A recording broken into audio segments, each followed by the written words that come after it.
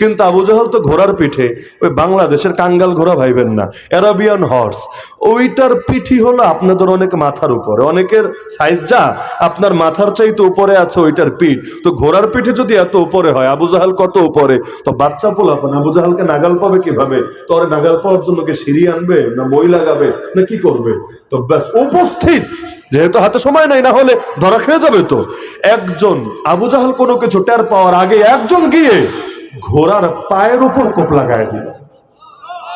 ঘোড়ার পা কেটে দুই টুকরা হয়ে গেল। এখন ঘোড়া দাঁড়াবে কিভাবে? ঘোড়া তো ব্যথা পেয়ে লাফাতে শুরু করেছে। যেই মাত্র লাফিয়েছে, যেহেতু পা একটা নাই, ঘোড়া তাল সামলাতে না পেরে একদিকে পড়ে গেছে। আর উপরে যে আবু জাহাল সওয়ার ছিল, ও উপর থেকে ছিটকে পড়ে গেছে। আর একজন লাফ দিয়ে বুকের উপর চড়ে কি করেছে এটা আর আমার বলা লাগবে না, বাকিটা বুঝা নেন নিজে নিজে। তো এই যে কাজটা ঘটায় ফেললো, এখন সিকিউরিটিতে যারা ছিল ওরাকে ছেড়ে দেবে? চোখের সামনে নেতা শেষ, ওরাকে ছেড়ে দেবে নাকি? ওরা এবার এই দুই বাচ্চার সঙ্গে যুদ্ধ শুরু করলো। কাপুরুষেরা দুই বাচ্চার সঙ্গে যুদ্ধ শুরু করলো। এবার আবু জাহালকে নিধন করে দুই বাচ্চা বীরের মতো লড়ে যেতে লাগলো। এর মধ্যে হঠাৎ করে এক বাচ্চার হাতের মধ্যে একটা কোপ লেগে গেল, কিন্তু হাতটা পুরো কেটে দুই টুকরা হলো না, পুরোটা কেটেছে, কিন্তু এদিকে গোশত আর চামড়ার সাথে হাতটা ঝুলে আছে। তো কোনো অঙ্গ যদি আপনাদের কাটাছেড়া অভিজ্ঞতা থাকে, দেখবেন চামড়া উঠলেও যদি টাচও লাগে এখানে, ভেতরটা মোচড় দিয়ে ওঠে। কাটা জায়গায় কিন্তু একটু লাগলেই ভেতরটা মোচড় দিয়ে ওঠে। তো হাত তো কেটেছে, আর এক হাত দিয়ে যুদ্ধ করতে হচ্ছে, না হলে কল্লাও কেটে ফেলবে। ভিড়ের মধ্যে যেহেতু পড়ে গেছে, কিছু করার নাই, আর এক হাত দিয়ে লড়াই করছে। কিন্তু একদিকে তো দরদর করে রক্ত গড়িয়ে পড়ছে, আর রক্ত যত বের হবে শরীর তত দুর্বল হবে। আর একদিকে হাতটা এভাবে নড়ছে, তার ঝামেলা মনে হচ্ছে, ঝামেলা মনে হচ্ছে। আর যেই কয়বার নাড়া খাচ্ছে, ভেতরটা মোচড় দিয়ে উঠছে। চিন্তা করলো, হাত তুই এবার আমার দিনের লড়াইয়ের পথে বাধা হবি, তো ঠিক আছে, তোরে রেখে আর কি লাভ। হাতটা রাখলো নিচে মাটির উপরে, পা দিয়ে পাড়া দিল হাতের উপরে, এদিক থেকে একটা টান মারলো, আরে হাতটা শরীর থেকে আলাদা হয়ে গেল। আল্লাহর বান্দা নিজের হাত কোরবান করে বাকি হাত দিয়ে বীরের মতো ওদের বিরুদ্ধে জিহাদ চালিয়েছে তারা। الحمد لله وحده وكفى وسلام على عباده الذين اصطفى أما بعد فأعوذ بالله من الشيطان الرجيم بسم الله الرحمن الرحيم إنا نحن نزلنا الذكر وإنا له لحافظون وقال النبي صلى الله تعالى عليه وسلم إن الله زوى لي الأرض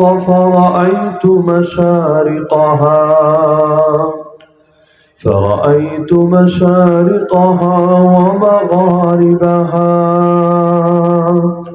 وإن ملك أمتي سيبلغ ما زوي لي منها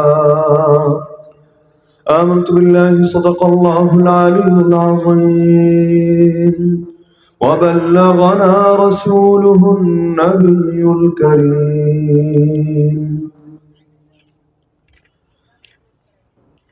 সৌঘাট দারুল উলুম নূরে মদিনা মাদ্রাসা এতিমখানা এবং কেন্দ্রীয় জামে মসজিদের যৌথ উদ্যোগে আয়োজিত আজকের 11তম বার্ষিক ইসলামী সম্মেলনের সম্মানিত সভাপতি মণ্ডলী, উপস্থিত শ্রদ্ধেয় প্রধান অতিথি, বিশেষ অতিথি, অন্যান্য মেহমানবৃন্দ, উপস্থিত আমার সাথে ওয়াজিবুল ইহতারাম হযরত উলামায়ে কেরাম, এলাকার গণ্যমান্য মুরব্বীগণ, স্থানীয় এবং দূর দূরান্ত থেকে আগত দিন দরদি কোরআন প্রেমী প্রিয় তাওহীদ জনতা এবং পর্দার আড়ালে থাকা মা বোনেরা, এই রোড দিয়ে তো প্রায় যাতায়াত হয়, কিন্তু ভেতরে এত বড় এক মাদ্রাসা আছে আমার জানা ছিল না। আলহামদুলিল্লাহ, আসার পর পরিবেশ দেখে বেশ ভালোই লাগলো এবং আপনাদের খেদমতও যে আছে মাদ্রাসার জন্য এটা বোঝা গেল। কারণ হযরত যখন অডিট ঘোষণা করলেন, আমি শুনছিলাম মনোযোগ দিয়ে, অধিকাংশ কওমি মাদ্রাসার বছর শেষে ইয়াবর ঋণ থাকে। এটাই বাস্তবতা, মাদ্রাসাগুলো আর্থিকভাবে খুব কমই এগোতে পারে, কিন্তু আলহামদুলিল্লাহ শুনে ভালো লাগলো ঋণ তো নাই, উল্টো 2 লাখ প্লাস তহবিল আছে আলহামদুলিল্লাহ। আল্লাহ তাআলা এই মাদ্রাসায় আরো বরকত দান করুন। এবং এতগুলো ছাত্র একসঙ্গে পাগড়ি নেবে, এটা তো আসলে আমি মনে করি এলাকাবাসীর জন্য বড় গর্বের বিষয়। আল্লাহ তো এই উসিলা সবাইকে মাফ করে দিতে পারেন, কারণ এই সব বাচ্চারা কিয়ামতের দিন যখন আল্লাহ তাদেরকে শাফাআত করার অনুমতি দেবেন, হাফেজে কোরআন যেহেতু, সিনায় যেহেতু কোরআন ধারণ করেছে, আল্লাহ তাআলা তাদেরকে যখন শাফাআত করার, সুপারিশ করার অনুমতি দিবেন, আল্লাহই ভালো জানেন। যদি তাদের দিলে লেগে যায়, তাদের জবান থেকে আমাদের নামও চলে আসে, এটাই তো আখিরাতের নাজাতের জরিয়া। লাগে কি জীবনে ইনশাআল্লাহ আল্লাহ তাআলা খেদমতের বদৌলতে একদিন সর্বোচ্চ প্রতিদান দেবেনই। আর খেদমত এমন একটা জিনিস, বাংলায় বলে না, খেদমতে খোদা মেলে, খেদমতে খোদা মেলে। আসিয়া ফেরাউনের বউ এমন ঈমান আনা এনেছিল যার কথা আল্লাহ উল্লেখ করেছেন পাক কোরআনে। তাও যেন তেন ভাবে উল্লেখ করেন নাই, উল্লেখ করেছেন মুমিনদের জন্য, ঈমানদারদের জন্য দৃষ্টান্ত হিসাবে, আইকন হিসাবে। আল্লাহ বলেন ওয়াদারাবাল্লাহু মাসালাল লিল্লাযিনা আমানু ইমরাআত ফিরআউন। 28 নম্বর পারা সর্বশেষ পৃষ্ঠা সূরা তাহরিমে আল্লাহ জানাচ্ছেন, আল্লাহ মুমিনদের জন্য দৃষ্টান্ত হিসাবে উপস্থাপন করেছেন ফিরআউনের স্ত্রীকে। ইয ক্বালাত, আরে স্মরণ করো এই সময়ের কথা যখন ফেরাউনের স্ত্রী বলে উঠলো, রব্বি বিনিলি ইনদাকা বাইতান ফিল জান্নাহ, হে আমার রব, জান্নাতে আপনার নিকটে আমার জন্য একটা ঘর বানিয়ে দেন। কখন বলেছে? যখন আল্লাহর বান্দির উপর এই পরিমাণ জুলুম হচ্ছে। ফেরাউন জল্লাদকে আদেশ দিয়েছে জিন্দা অবস্থায় আসিয়ার গা থেকে যাতে চামড়াগুলো আলাদা করে ফেলে। একজন জিন্দা মানুষকে জিন্দা অবস্থায় এই পরিমাণ নির্যাতন তো যা হওয়ার হয়েছেই, এখন তার গা থেকে চামড়াগুলো খসিয়ে ফেলা হবে। এটা ছাগলের ক্ষেত্রে যদি এমন হয়, আপনি দেখে সহ্য করতে পারবেন না, সেখানে একজন জিন্দা মানুষ। তো এই হালতে পড়েও আল্লাহর বান্দী এটা বলছেন, আল্লাহ মুক্তি দিয়ে দেন, আল্লাহ শান্তি দিয়ে দেন, আল্লাহ দুনিয়া নিরাপদে থাকতে দেন। এগুলো না, তার দোয়া হলো, আল্লাহ আপনি জান্নাতে আপনার কাছে আমার জন্য একটা ঘর বানিয়ে দেন। ওয়ানাজ্জিনি মিন ফিরআউনা ওয়া আমালি, আমাকে ফেরাউন এবং তার কুকর্ম থেকে মুক্তি দিয়ে দেন। অর্থাৎ আমি যদি দুনিয়াতে আরো বেঁচে থাকি, আর যেহেতু ফেরাউনের বউ, আমি ওর সঙ্গে সংসার চালাতে থাকি, আমি ইচ্ছায় বা অনিচ্ছায় জালেমের সহযোগিতে পরিণত হচ্ছি। কারণ বউ হিসাবে, স্ত্রী হিসাবে জালেমের সেবা তো তাকে করতেই হচ্ছে। তো জালেমের সেবা করে যে, জালেমের এক প্রকার সহযোগী সে। তো বলে দিচ্ছে, আল্লাহ আমি জালেমও হতে চাই না, জালেমের সহযোগীও হতে চাই না, আমাকে ফেরাউন হতে মুক্তি দিয়ে দাও, ফেরাউনের কাছ থেকে মুক্তি দিয়ে দাও, আমাকে তোমার কাছে নিয়ে নাও, জান্নাতে তোমার নিকটে আমার জন্য একটা ঘর বানিয়ে দাও। এই যে এত পাক্কা ঈমানদার হয়ে গেল কিভাবে? ফেরাউনের তো ঈমান নসিবে জুটলো না। ফেরাউন যে অশিক্ষিত লোক ছিল এমন তো না, মূর্খ সূর্খ বোকাশোকা লোক ছিল এমন তো না। বোকা লোক আবার রাজা হয় কিভাবে? এবং এত দীর্ঘকাল, নবী মুসা আলাইহিস সালাম জন্মের পরেই তো তার 40 বছরের বেশি রাজত্ব হয়ে গেছে, আর জন্মের আগে যা করেছে ওইটা তো অতিরিক্ত আছেই। এত দীর্ঘকাল শাসন করেছে যে মাথায় বুদ্ধি তো কম না, জ্ঞান তো কম না, কিন্তু ও হেদায়েত পেল না। ফেরাউনের স্ত্রী হেদায়েত পেল কিভাবে? ইতিহাস সামনে রাখলে আপনার দিল এটাই সাক্ষ্য দেবে, ফেরাউনের স্ত্রী হেদায়েত পেয়েছে ওই যে নবী মুসা আলাইহিস সালামকে বাচ্চাকালে কিছু খেদমতের সুযোগ পেয়েছে। তখনও কিন্তু কেউ জানে না নবী মুসা আলাইহিস সালাম নবী, তিনি নিজেও তো জানেন না। কারণ এটা তো আল্লাহর ইলমে আছে, দুনিয়াতে তো আর এখনো জাহের হয় নাই, প্রকাশিত হয় নাই। সবার চোখে তো যদিও সুন্দর মানুষ, যদিও আল্লাহ তাকে এমন কিছু দিয়েছে, আল্লাহ নিজেই বলেন ওয়া আলকাইতু আলাইকা মাহাব্বাতাম মিন্নি, হে মুসা তোমার উপরে আমি বিশেষ মহব্বত ঢেলে দিয়েছি। কিছু চেহারায় দেখবেন এমন কিছু মহব্বত থাকে, দূর থেকে গালি দেওয়া যায়, সামনে গিয়ে করা কথাও বলা যায় না, থাকে না এমন জিনিস? আর নবীদের তো আলাদা কিছু শানই থাকে। যেমন ধরেন গালি দেওয়া, এটা হার জামানার বাতিলের খাসলত, বাতিলের ফিতরত, বাতিলের স্বভাব। এটাকে বলতে পারেন আবু জাহেলের স্বভাব, ফেরাউনের স্বভাব, নমরুদের স্বভাব। কিন্তু গালি খাওয়া সকল নবীর সুন্নত। কে নবীরা গালি খান নাই? গালি দেন নাই। গালি দিয়েছেন কোনো প্রমাণ দিতে পারবে না, কিন্তু গালি খান নাই এমন একজন নবীর নাম বলেন যে নবীকে তার জাতি উল্টা পাল্টা বলে নাই, গালি দেয় নাই, সমালোচনা করে নাই। নবীদের আলাদা কিছু শান থাকে, বাচ্চাকাল থেকেই থাকে। তাহলে নবী মুসা আলাইহিস সালামও কিছু শান ছিল, কিন্তু আসিয়াকে জানতো সে নবী? জানতো না। কিন্তু ওই যে ছোটবেলায় খেদমত করেছে, বড় হওয়ার পর 40 বছর বয়সে 30 বছর তো তার ঘরেই থাকলো, বাকি 10 বছর সোহাইব আলাইহিস সালামের দেশে গিয়ে তার কন্যাকে বিয়ে করে সেখানে কাটিয়ে পরে যখন ফিরে আসছিল তখন না আল্লাহ নবুয়ত তাকে দান করলেন। তাহলে ওই কত আগের কথা, কিন্তু ওই যে খেদমত করেছে আল্লাহ কিন্তু তার বান্দিকে ঈমান নিয়ে যাওয়ার তৌফিক ঠিকই দিয়েছে। খেদমতের বরকত আছে নাকি নাই? তা আমি সুধারণা করলাম আপনাদের ব্যাপারে, যদি আপনাদের সাথে আগে আমার দেখা হয় নাই, পরিচয় নাই, বাকি আমার সবকিছু দেখে মনে হয়েছে আলহামদুলিল্লাহ আল্লাহ তাআলা আপনাদের দিলে ঈমানের উপর, ইলমের উপর এক ধরনের মহব্বত ঢেলে দিয়েছেন। এটাই দোয়া করি আল্লাহ এই মহব্বতকে আরো বাড়ায় দেন এবং এই মহব্বতগুলোকে আখিরাতের নাজাতের জরিয়া বানায় দেন। কারণ হাদিসে আছে কিয়ামতের দিন আরশের নিচে আল্লাহ 7 শ্রেণীর মানুষকে জায়গা দেবেন। এর মধ্যে এক শ্রেণী হলো এমন সব বান্দা যারা একজন আরেকজনকে আল্লাহর জন্য ভালোবাসতো। ওলামাদেরকে ভালোবাসেন কার জন্য? তালেবুল ইলম তাদেরকে ভালোবাসেন কার জন্য? এতটুকু আশা করা যায় আল্লাহ তাআলা এই ভালোবাসাকে কবুল করে নিলেও আরশের ছায়ায় জায়গা দেবেন। এবং হাদিসে কুদসিতে আছে আল্লাহ নিজে ডাকবেন, আইনাল মুতাহাব্বুনা লিজালালি, আমার ওই সমস্ত বান্দাগুলো কোথায় যারা একজন আরেকজনকে ভালোবাসতে একমাত্র আমার জন্য। আল ইয়াউমা উযিল্লুহুম ফি যিল্লি ইয়াউমা লা যিল্লা ইল্লা যিল্লি, আজ আমি তোমাদেরকে আমার ছায়ায় জায়গা দেব যেদিন আমার ছায়া ছাড়া আর কোনো ছায়া নাই। এবার আসি মূল আলোচনায়। যেহেতু দীর্ঘ রাত পর্যন্ত আপনারা সবর করেছেন, একে তো কর্তৃপক্ষ দেরি করেছে, দেরিতে এই কারণে আলোচনার টাইম হয়ে গেছে এমনি পিছিয়ে। তার মধ্যে আজকে সনপাড়া যে জাম খেলাম বিকালে যাওয়ার সময়, একেবারে মোটামুটি 1.5 ঘন্টার মতো শুধু এই সনপাড়াই জামে আটকে থাকলাম, না হলে হয়তো আরো কিছুটা আগে আসার সুযোগ হতো। আপনাদের অনেক কষ্ট হয়েছে, আর অনেক ভাইয়েরা হয়তো দীর্ঘ সময় অপেক্ষা করতে করতে লাস্টে ওই অনেকে সন্দেহ পড়ে যে কমিটি মনে হয় দাওয়াত না দিয়ে নাম দিয়ে দিয়েছে। অনেক সময় হয় এরকম বিভিন্ন ব্যাপার স্যাপার, হয়তো অনেকের সন্দেহ কাজ করেছে। তো গভীর রাতে তো আল্লাহর জন্য জেগে আছেন। আমি সিরেফ একটা মৌলিক বার্তা দেব, তবে একটা বার্তা দেওয়ার জন্য অনেকগুলো কথা বলবো সিরেফ বোঝানোর খাতিরে। কিন্তু আমার অনুরোধ থাকবে প্রত্যেক আল্লাহর হস্তে এই মূল বার্তাটা নিয়ে বাড়িতে যাবেন ইনশাআল্লাহ। আমি প্রথমে শিরোনামটা বলে দিই। শিরোনাম হলো আল্লাহর জন্য যার অবদান যত বেশি, আল্লাহর কাছে তার মর্যাদাও তত বেশি। এটা এমন একটা কথা যেটা সবাই জানেন, আমার নতুন করে জানায় দেওয়ার কিছু নাই। কিন্তু কোরআনে আল্লাহ বলেছেন ওয়াযাক্কির, হে নবী স্মরণ করিয়ে দেন, ফাইন্না যিকরা তানফাউল মুমিনিন, স্মরণ করিয়ে দেওয়া মুমিনের বড় উপকারে আসে। আমাদের ঝামেলা জানায় না, আমাদের ঝামেলা হলো মানায়। আমরা যা জানি এটাকে যদি ইয়াকিনে পরিণত করতে পারতাম, পুরো বাংলাদেশের চিত্রই আমূল পরিবর্তন হয়ে যেত। ইহুদিরাও কিন্তু নবীকে, তিনি যে আসলেই নবী এটা জানতো।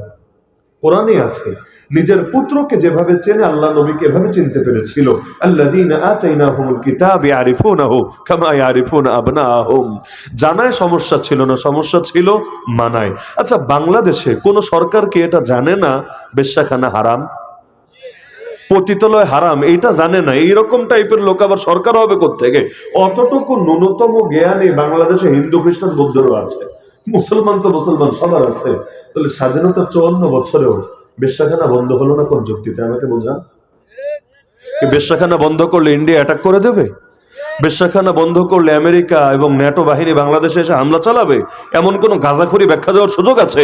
আজ স্বাধীনতা 54 বছরে এসেও এগুলো বন্ধ হলো না কোন দুঃখে? যৌনকর্মীদের অধিকার নিয়ে তাদের দিলে এত মায়া কাজ করে, এর 1000 ভাগের 1 ভাগ মায়া যদি আমাদের নিয়ে কাজ করতো, বছরের পর বছর কাশিমপুরে দিন কাটাতে হতো না। কি আজীব মায়া রে ভাই। আচ্ছা, সুদ যে হারাম এটা বাংলাদেশে কে না জানে? আমারে বলেন না, সুদ হারাম এটা কে না জানে? সবাই যদি জানে, আজ স্বাধীনতা 54 বছরে এসেও এই দেশের অর্থনীতির মূল ভিত্তি সুদ হয় কিভাবে? সুদ মানে তো আল্লাহ এবং তার রাসূলের বিরুদ্ধে যুদ্ধ। সূরা বাকারায় আছে ফাইল্লাম তাফআলু ফাযানু বিহারবিন মিনাল্লাহি ওয়া রাসূলি। সুদ মানে যে খায়, যে দেয়, যে লেখে, যারা সাক্ষী থাকে, এদের উপর আল্লাহর লানত। সুদ মানে এর 70 গুনার সর্বনিম্ন গুনাহ নিজের আপন মায়ের সাথে জিনা করার সমান। তাহলে এইগুলো যদি সবাই জানে, এটাও তো জানে ব্যক্তিগত পাপের কারণে ব্যক্তিগত আযাব আসে, জাতীয় পাপের কারণে জাতীয় গজব আসে। কারণ ব্যক্তি ছিল, ব্যক্তি হিসাবে পাপ করেছিল, আযাবও কিন্তু ব্যক্তির উপরে এসেছিল। অপরদিকে লূত আলাইহিস ইসলামের জাতিগতভাবে পাপ করেছিল, আযাবও কিন্তু পুরো জাতির উপর এসেছিল। তার মানে ব্যক্তির দায় ব্যক্তির কাঁধে, জাতির দায় জাতির কাঁধে। আপনি বলতে পারেন হুজুর আমরা তো এই পাপ করি না।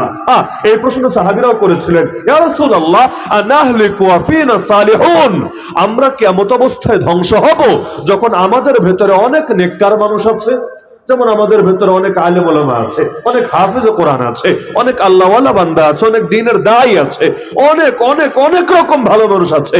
তা আমরা কি ধ্বংস হব যখন আমাদের ভেতরে এত ভালো মানুষ আছে? নবী বললেন নাম, হ্যাঁ হবা, অবশ্যই ধ্বংস হবা। কখন? ইযা কাসুরাল খাবাস, যখন পাপ বেশি বেড়ে যাবে। ভালো মানুষ থাকলেও কাজ হবে না, যখন পাপ বেশি বেড়ে যাবে।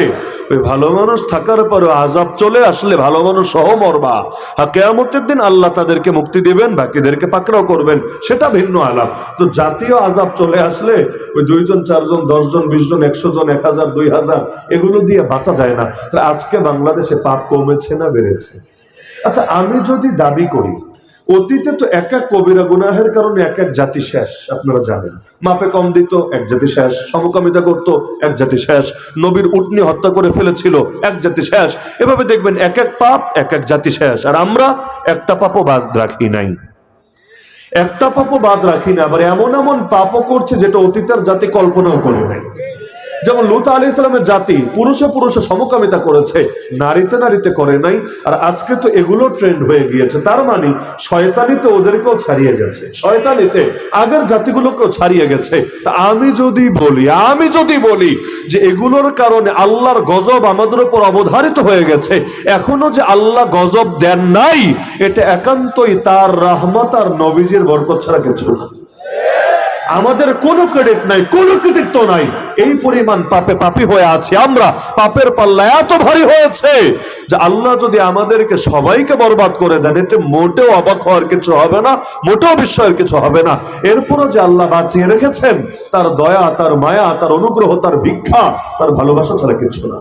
এমনকি কোরআন বলছে, এই আয়াতের বাস্তবতা মিলান, ওয়াইদা আরাদনা আন নুহলিকা কারিয়া, আমি আল্লাহ যখন কোন জনপদবাসীকে ধ্বংস করতে চাই, আমার না মুতরাফিহা, তাদের ভেতরে যারা ক্ষমতাধর, যারা শাসক বর্গ, যারা এলিট, তাদেরকে আমি আদেশ দেই মানে আল্লাহ বলে আর তারা করে, বিষয়টা এমন না।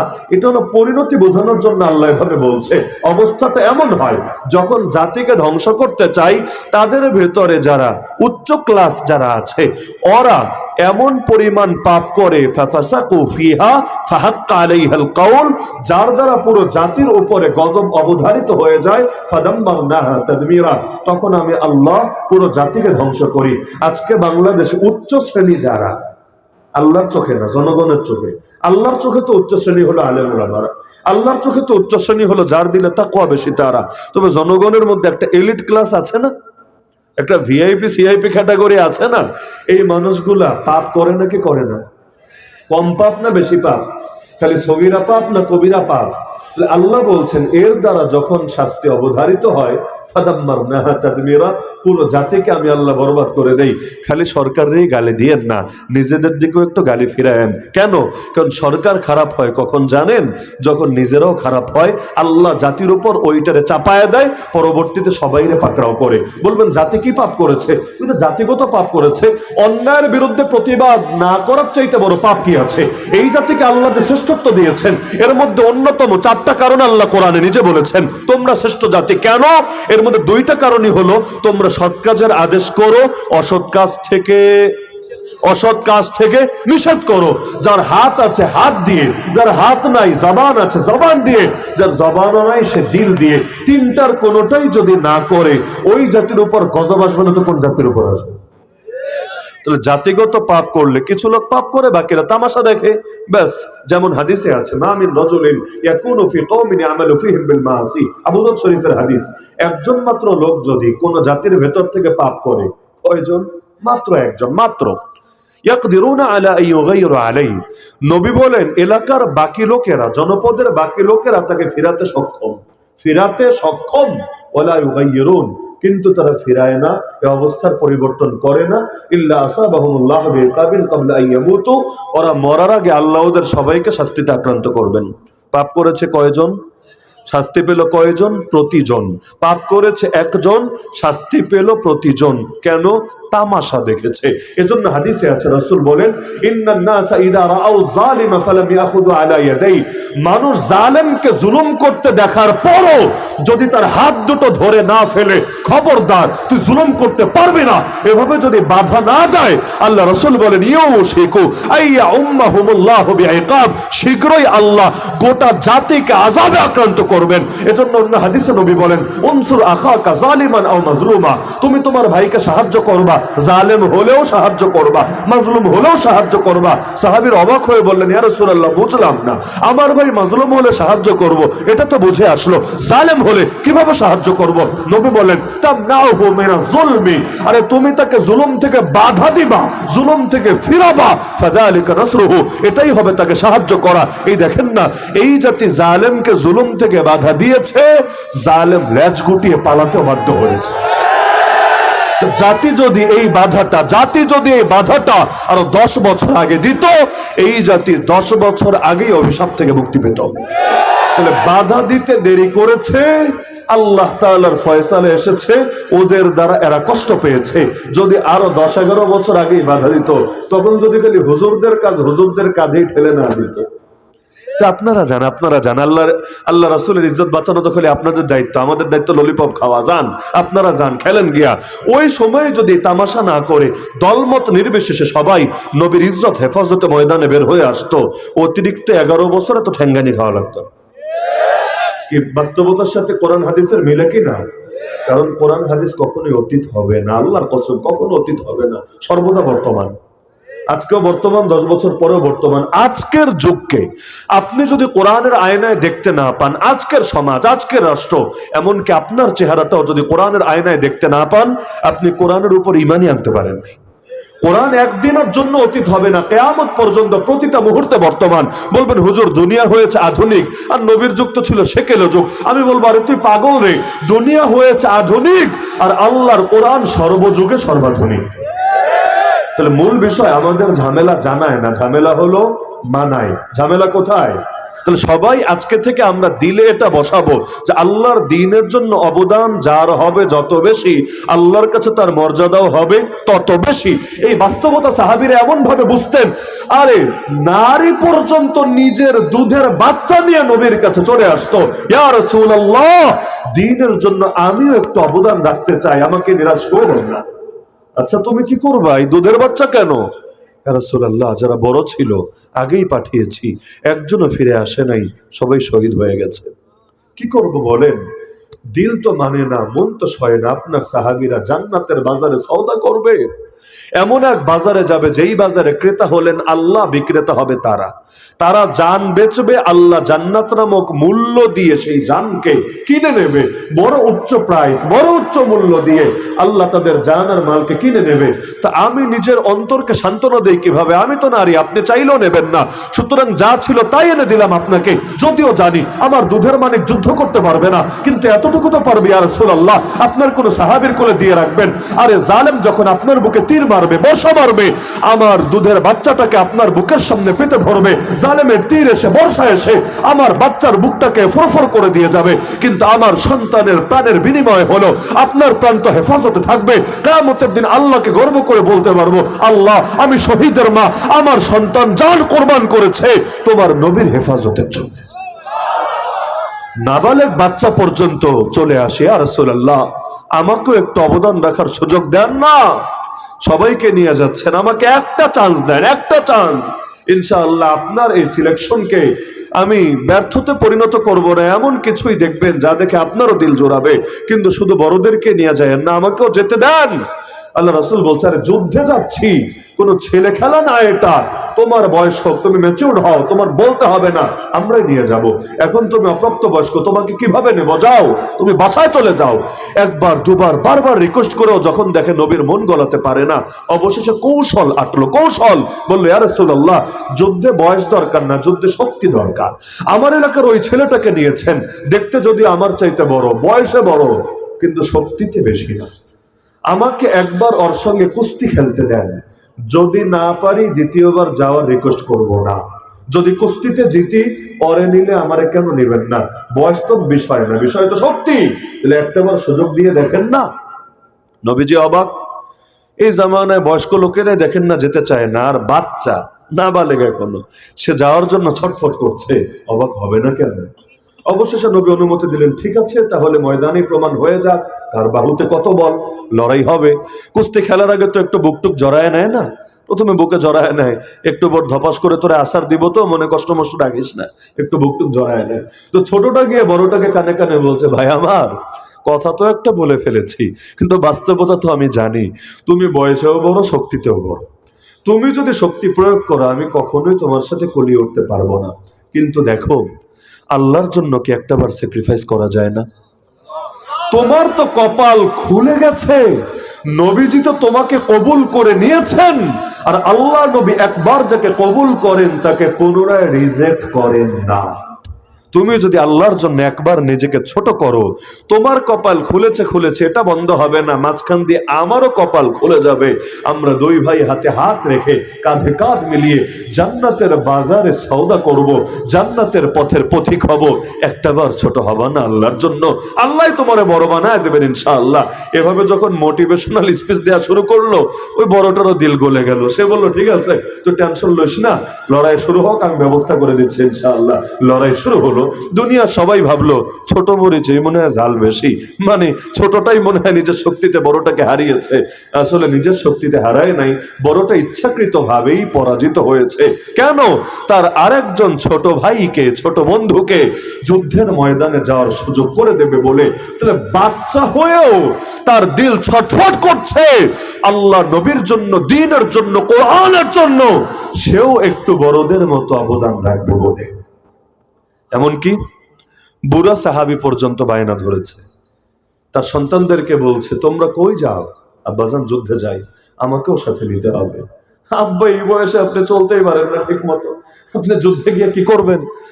আরে না, যেতে হবেই হবে, তোমরা নিবা কিনা বলো।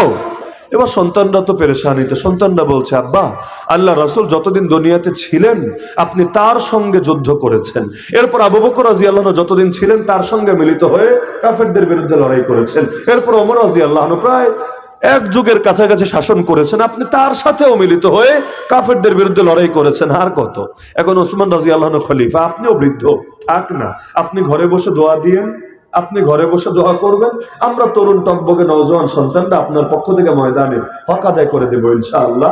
এবং আমরা এমন কিছুই করব যেই সংবাদ পেয়ে আপনারও দিল জুড়ায় যাবে। এবার বাপ খেপে গেল, আরে কি বলো তোমরা?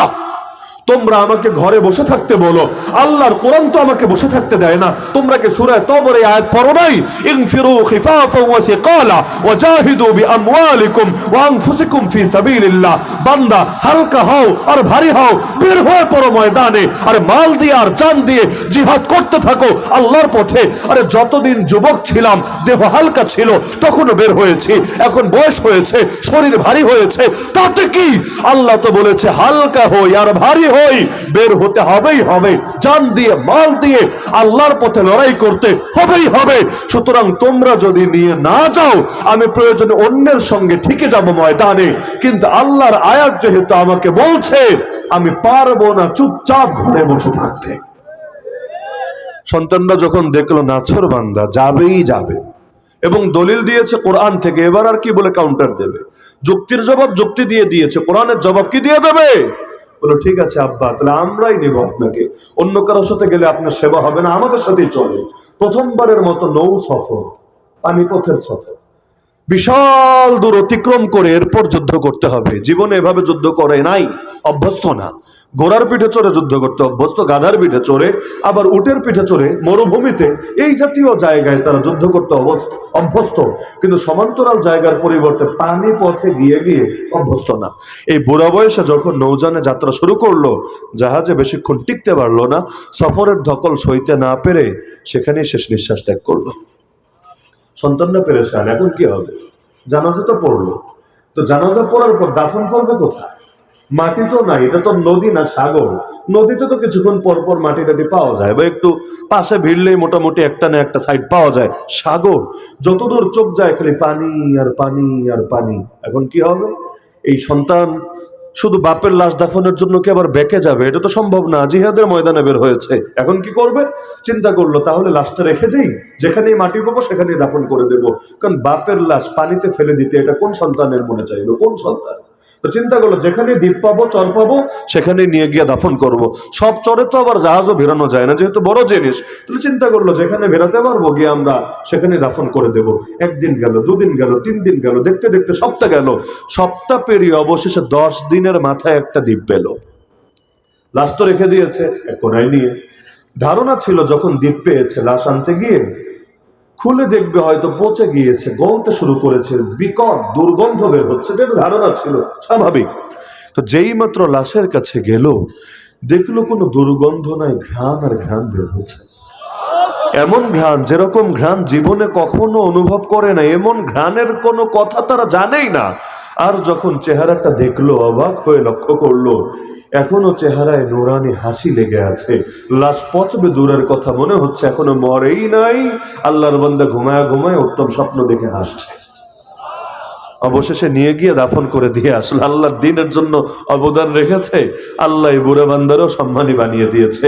আর এ উম্মতের ফেরাউন আবু জাহালকে নিধন করেছে কে? সবাই জানেন, সবাই। এমন 2টা বাচ্চা যাদের এখনো দাড়ি মোচো গজায় না।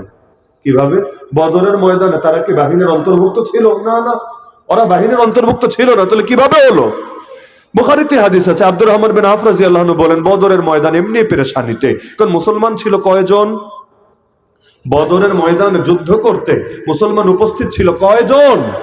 না 313 না, 305 জন। বাকি 8 জন অন্যান্য দায়িত্বে ছিল। যেমন ওসমান রাদিয়াল্লাহু আনহু আছেন বাকি 8 জনের ভেতরে।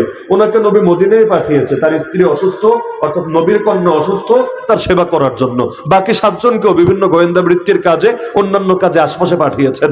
ময়দানে 313 ছিলেন না, ইতিহাসের বর্ণনায় ভিন্নতা আছে। অনেকের মতে 305 জন ছিলেন। তো 305 জন, তরবারি মাত্র 2টা। এখন কি হবে? 1000 জনের মোকাবেলা করবে, তো প্রত্যেকে সশস্ত্র, সবাই তো পেরেশানিতে। আব্দুর রহমান বিন আওফ বলেন, পেরেশানিতে ছিলাম, কি করব? হঠাৎ দেখি 2 পাশে 2টা বাচ্চা, ছোট বাচ্চা। তিনি বলেন, এটা দেখে টেনশন আরো বেড়ে গেল। হ্যাঁ, এটা কি হলো? যদি 2 পাশে 2টা জোয়ান থাকতো, টকবগে জোয়ান, ওদেরকে নিয়ে খালি হাতে হলেও কাফেরদেরকে একটু প্রেসারে ফেলার চেষ্টা করতাম। কিন্তু ওই বাচ্চা নিয়ে কি হবে? আপনি যুদ্ধ বাদ দেন, মিছিলের প্রথম সারিতে আছেন, হঠাৎ দেখলেন যে এই হেফখানার 2টা বাচ্চা আপনার 2 পাশে দাঁড়ানো, ওদিকে পুলিশ গুলি করতে শুরু করেছে, টিয়ার শেল মারতে শুরু করেছে। অনেক সময় তো গুলি না করলে পুলিশের ভাল লাগে না, পেটের ভাত হজম হয় না। তো নিজের দেশে জনগণ রে এবং যাদের টাকায় চলে এদেরকে গুলি করতে থাকে। তো দেখলেন গুলি করতে শুরু করেছে, টিয়ার শেল মারতে শুরু করেছে। আমাকে বলেন, আপনি কি নিজেকে নিয়ে বেশি চিন্তিত হবেন, না 2 পাশের 2 পিচ্চিরি নিয়ে বেশি চিন্তিত হবেন? কেন? কারণ চোখের সামনে শিশুদেরকে কে আঘাত পেতে দেখতে চায়? সবারই দিল কাঁদে। তো তিনি ভাবলেন, হ্যাঁ রে, এখন তো ওদের সেফটি নিয়ে আলাদা টেনশন করতে হবে, কই নিবে, কি করবে না করবে। হঠাৎ করে তিনি বলেন, এক পাশের বাচ্চা বলল, চাচা, ও চাচা, জরুরি কথা শুনেন, আবু জাহালকে একটু দেখায় দেন না। তিনি বলেন, আমি অবাক। আমি ওরে জবাব দেওয়ার আগে আরেক পাশের বাচ্চা বলেন, না না না চাচা, আমাকে দেখান, আমাকে। আবু জাহালকে ওরে না, আমারে দেখান। তিনি বলেন, জিজ্ঞাসা করলাম, ভাতিজা, আবু জাহালকে দেখে কি করবা? আবু জাহাল হলো আজকের যুদ্ধের সেনাপতি, কুরাইশের সর্দার। তাকে দেখে তোমাদের কাজ কি? একটু বোঝাও তো আমারে, মানে তারে খুঁজতেছো কি লেগা? তোমাদের কাজটা কি? এবার তিনি বললেন, ওরা জবাব দিল, চাচা, শুনেছি শুনেছি ও আল্লাহর নবীকে গালি দেয়। ছোট বাচ্চা তো অত মাইরপ্যাচ বুঝে না, কোনটা ফরজে আইন, কোনটা ফরজে কিফায়া, কোনটা ওয়াজিব, তাদের জন্য শর্ত কি, হুকুম কি, ইল্লত কি, এই কি সেই কি, অত জিলাপির প্যাচ নেই ভেতরে। যেভাবে সরলভাবে বোঝে এভাবেই বলছে, চাচা শুনেছি আল্লাহ নবীকে গালি দেয়, আল্লাহর নামে কসম করেছি একবার যদি ওর দেখা পেয়ে যায় হয়তো ওকে জাহান্নামে পৌঁছাবো, না হলে নিজেরা শাহাদাতের অমীয় সুধা পান করে জান্নাতের সবুজ পাখি হয়ে যাব। কিন্তু ও অথবা আমরা, এর মধ্যে যার কপালে আগে মরণ লেখা, সে মরার আগ পর্যন্ত ওর পিছু ছাড়বো না। মাকে বলে এসেছি, মা আবু জাহালের দফারফা করার আগে এই মুখ আর তোমাকে দেখাবো না। তিনি বলেন, এটা শুনে নিজেকে ধরে রাখতে পারলাম না, ইচ্ছা ছিল না, তাও আঙ্গুল দিয়ে ইশারা দিলাম, ভাতিজা ওই যে দেখতে পাচ্ছ বাহিনীর ভেতরে ঘোড়ার উপরে সওয়ার এক সেনাপতি দেখা যাচ্ছে, সেই হলো আবু জাহাল, আজকের যুদ্ধের কমান্ডার ইন চিফের দায়িত্বে সে আছে। সে তিনি বলেন, এটা যেই মাত্র তাদেরকে বললাম সঙ্গে সঙ্গে বাজ পাখির মতো ছুটে গেল। তিনি বুঝে ওঠার আগেই বাজ পাখির মতো ছুটে গেল। যাওয়ার পরে ওরা তো টেরই পায় না, দুই বাচ্চা দৌড়ে আসছে, ওরা আর কি করবে? বড় মানুষ যদি কেউ যেত কচু কাটা করে ফেলতো, কচু কাটা, ধারে কাছেও পৌঁছতে পারতো না। কারণ সেনাপতি থাকলে না যুদ্ধ চলবে, সেনাপতি মরে গেলে যুদ্ধ হবে কিভাবে? যেমন বাংলাদেশে এক দলের বহু সদস্য আছে, যাবে কোথায়? মাটির তলে তো আর এত মানুষ যাওয়া যায় না, উপরেই তো আছে। কিন্তু উপর থেকে কমান্ড যদি না আসে কে কি করবে? সবই অপেক্ষায় আছে, আবারও সেদিন আসবে, আবারও ডাক আসবে, আবারও ঐক্য হবে, আবারও ময়দানে নেমে আসবে। তো ঠিক আছে, অপেক্ষায় থাকো, ফান্তাজিরু মিনাল মুনতাজিরিন। তো এখন সেনাপতিকে তো বাঁচানোর জন্য তারাও সকলে টেনশনে আছে, এখন কি করবে? এখন এই দুই বাচ্চা আসছে, কারো কল্পনায় আসে নাই কি জন্য আসতে পারে, এটা পিচ্চি বলাবান আসছে, হয়তো বলবে আঙ্কেল আঙ্কেল আমার আব্বারে মাইরেন না, আঙ্কেল আঙ্কেল আমার আম্মারে তুইলা নিয়েন না, কি আর বলবে বাচ্চা? কিন্তু ওরা তো জানে না বাচ্চারা কি জন্য এসেছে। কিছু বুঝে ওঠার আগেই পৌঁছে গেল আবু জাহালের কাছে। ঈমানের শক্তি কোন পর্যায়ে থাকলে এই অবস্থায় গিয়েও লড়াই করা সম্ভব, এটা ঘরে বসে থেকে জিন্দগিতেও বুঝতে পারবেন না। জীবনে যারা কোনোদিন আন্দোলনে নামে না, ওই নামার পরে দিলের যে কি হালত হয় এটা তারা বুঝতে পারে না। ঘরে বসে থেকে হিসাব নিকাশ একরকম, আর নামার পর যখন একটা বুলেট চলে যাবে ডান কানের লতির নিচ দিয়ে, আরেকটা চলে যাবে বাম কানের লতির নিচ দিয়ে, ওই সময় যে কি শক্তিটা আসে ভেতরে, এটা আমি বয়ান করে আর যুক্তি দিয়ে আসলে বোঝাতে পারবো না। অনেক অবাক হয়, আরে এত সাহসী হলো কিভাবে? আরে ভাই নাইমা, দেখ না, একবার তুইও যখন নামবি চোখের সামনে শহীদ দেখবি, আহত দেখবি, গুলি করতে দেখবি, তোর ভেতরেও এমন হিম্মত চলে আসবে, তুইও জামানের খালিদ বিন ওয়ালিদের সালাহউদ্দিনের হতে পারবি। তাহলে এই পরিমাণ অবদান রাখতে পাগল ছিল বাচ্চা বাচ্চা পোলাপান পর্যন্ত, অন্ধ ল্যাংরা, এরা পর্যন্ত নবীর কাছে চলে আসতো, ইয়া রাসূলুল্লাহ চান্স দেন না। এমনকি আপনি চিন্তা করেন, এক সাহাবী যাকে ড্যাগের ভিতর ফেলা হবে, এমন ড্যাগ ভেতরে তেলগুলো টকবক করে ফুটছে, আচ্ছা আপনারা এখানে ফেললে কি হবে? বাঁচবেন না মরবেন? কি ধারণা? মরবেন না। ওই সাহাবীকে ফেলা হবে, শাস্তি। খ্রিস্টানদের কাছে গ্রেফতার হয়েছে যুদ্ধে, এইটাই শাস্তি। কিছুক্ষণ পূর্বে, এটা বলে আমি আলোচনা শেষ করবো ইনশাআল্লাহ, কিছুক্ষণ পূর্বে তার দুইজন সাথীকে ফেলা হয়েছে, একজন আর ফিরে আসে নাই, জায়গায় শহীদ হয়েছে। এবার তার পালা। খ্রিস্টান বাদশা দেখতে পাচ্ছে তার চোখ বেয়ে বেয়ে পানি গড়িয়ে পড়ছে। খ্রিস্টান বাদশা অবাক, কিরে এখন কাঁদিস কেন? এত নির্যাতন করলাম তাও তো খ্রিস্টান হতে রাজি হলি না, তোকে এত লোভ দেখালাম তাও তো মুহাম্মাদের ধর্ম ত্যাগ করলি না, এখন কাঁদিস কেন? আচ্ছা ঠিক আছে, বাদ দে, মৃত্যুর ভয়ে কাঁদছিস, কান্নাকাটির দরকার নেই, এখনো সময় আছে, খ্রিস্টান হ। তোর মতো সুযোগ্য সেনাপতি আমার দলে আসলে অনেক লাভ হবে। মুহাম্মাদকে ভুলে যা, খ্রিস্টবাদ গ্রহণ করে নে, আমি তোরে মারবো না, তোরে তেলে ফেলবো না। সেই সাহাবী বা চিৎকার করে উঠলেন, আরে জালেম, তুই কি ভেবেছিস আমি মৃত্যুর ভয়ে কাঁদছি? আল্লাহর কসম, মুসলমান মৃত্যুর ভয়ে কাঁদে না, আমি তো কাঁদছি আফসোসের কারণে। একটা মাত্র প্রাণ আল্লাহর রাস্তায় কোরবান করতে পারছি, এত সামান্য পুঁজি নিয়ে কিয়ামতের দিন দাঁড়াবো কোন মুখে? আল্লাহ কি এত সামান্য পুঁজি কবুল করবে? আল্লাহ কি আমাকে মাফ করবে? আল্লাহ কি আমাকে জান্নাত দেবে? হ্যাঁ, আমার গায়ে যেই পরিমাণ পশম আছে, এই পরিমাণ প্রাণ যদি থাকতো আর প্রতিটা প্রাণ আল্লাহর রাস্তায় কোরবান করতে পারতাম, তাহলে না কিয়ামতের দিন একটা বড়সড় পুঁজি নিয়ে দাঁড়াতে পারতাম। আর ওই ভয়ে তো আমি নিজের কান্না থামাতে পারছি না, এত সামান্য পুঁজি নিয়ে কিভাবে যাব আল্লাহর কাছে? এক জীবন দিয়েও তাদের তৃপ্তি মেটে না, এক জীবন দিয়েও তাদের তৃপ্তি মেটে না, আরো দিতে মনে চায় আল্লাহর জন্য। আর সেখানে আমি আপনি যে দিনের জন্য কিছুই করতে পারলাম না, জীবনে তো আফসোসও আসে না এক মুহূর্তের জন্য। তাহলে সুতরাং জীবন একটা, চান্সও একটা। মোহাম্মদ বিন কাসেম যদি 18 বছর বয়সে এসে ইসলামের পতাকা উড়ায় দিতে পারে, দেয় নাই? দেয় নাই? তাদের বরকতেই তো এই অঞ্চলে ইসলাম ঢুকতে শুরু করেছে নাকি? মাত্র 18 বছর বয়সে। আপনার বয়স কত হয়েছে? মুআজ আর মুআওয়াজ, এই দুই বাচ্চা যদি উম্মতের ফেরাউনকে দাড়ি মোছ গজানোর আগে ওই ছোট বয়সেই উম্মতের ফেরাউন যাকে বলা হয় আবু জাহাল, তার সঙ্গে টক্কর দিতে পারে এবং আবু জাহালকে ওপারে টিকেট ধরায় দিতে পারে, সেখানে আমার আপনার বয়স কত হয়েছে? আরে জীবন তো চলেই গেল, আর কয়দিন বাকি আছে আল্লাহ ভালো জানে। হতে পারে কয়েক ঘন্টা বাকি আছে, হতে পারে না? হতে পারে না? আমার নিজের এমন অভিজ্ঞতা আছে, যেই মাহফিলে বয়ান করেছি ওইখানেরই কেউ বাড়িতে যাওয়ার আগেই রাস্তায় শেষ নিঃশ্বাসটাই করেছে। হয় না? মনে হয় এমন। সুতরাং জীবন তো চলেই গেল, কি করতে পারলাম আল্লাহর দিনের জন্য? আর যদি কিছু করতেই না পারি, কিয়ামতের দিন দাঁড়াবো আসলে কি নিয়ে? ইবাদত তো নাই। সারা জীবনে এমন 2 রাকাত নামাজ পড়তে পেরেছেন যে 2 রাকাত আল্লাহকে দেখানোর মতো? এমন একটা সেজদা দিতে পেরেছেন সারা জীবনে? একটা সেজদা, মাত্র একটা, যে সেজদাটা নবীর মতো না হোক, অন্তত নবীর কোন আদনা থেকে আদনা সাহাবীর মতো ছিল। আরে কি করতে পারলাম ভাই, কি করতে পারলাম জীবন জুড়ে? অন্তত আল্লাহর দিনের জন্য যদি কিছু অবদান রাখতে পারি। আল্লাহর দিন যেহেতু দামি, আমার গায়ে লাইট নাই, কিন্তু এই যে এখানে লাইট জ্বলছে, তো কাছাকাছি বসেছি, তে আমিও আলো হয়ে গেছি, আলোকিত হয়ে গেছি। দূরে গেলে কিন্তু আর আলো থাকবো না, অন্ধকারে হারায় যাব। তাহলে যেখানে আলো থাকে এর কাছাকাছি আসলেও আলোকিত হওয়া যায়। কোরআন দামি, কোরআন দামি, যারা কোরআনকে ধারণ করে, এই যে ধারণ করেছে আল্লাহ এদেরকে বানিয়ে দিয়েছেন দামি। আরে দুনিয়াতে তো আমরা এক সামান্য সাদা পাগড়ি পরায় দিলাম, আসল নূরের মুকুট তো আল্লাহ পরাবেন হাসরের ময়দানে।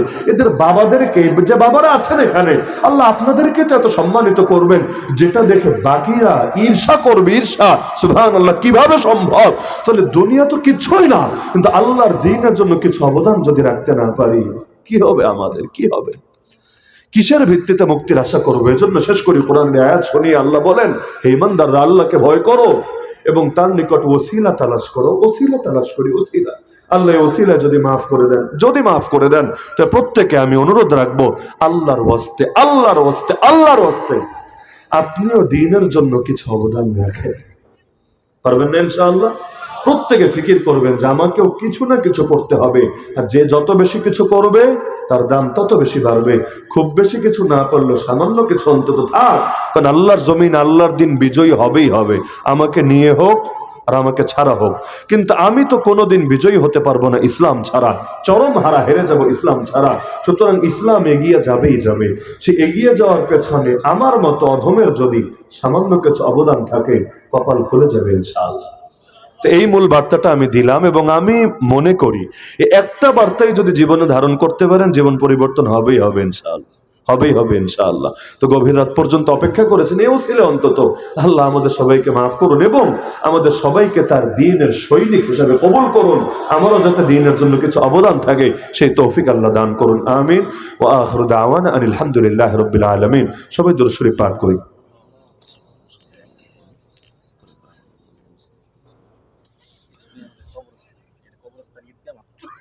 الحمد لله رب العالمين، والصلاة والسلام على سيد المرسلين وعلى آله وأصحابه أجمعين. يا رب العالمين، يا أرحم الراحمين، يا أحكم الحاكمين، يا الله এই আপনার এতগুলো বান্দা এই গভীর রাতে একমাত্র আপনাকে মহব্বত করে এখানে পড়ে আছে। আয় আল্লাহ, আয় আল্লাহ, এখানে উপস্থিত প্রতিটা বান্দাকে আপনি কবুল করে নেন। প্রত্যেকের জিন্দগির অতীতের সমস্ত গুনাহগুলোকে আপনি মাফ করে দেন। আয় আল্লাহ, কোরআনের এই বাগান থেকে, এই মাহফিল থেকে নিষ্পাপ হয়ে আজকে আমাদের সবাইকে ঘরে ফিরে যাওয়ার তৌফিক দান করেন। আয় আল্লাহ, জানি না এটাই জীবনের শেষ তওবা হতে যাচ্ছে কিনা। আয় আল্লাহ,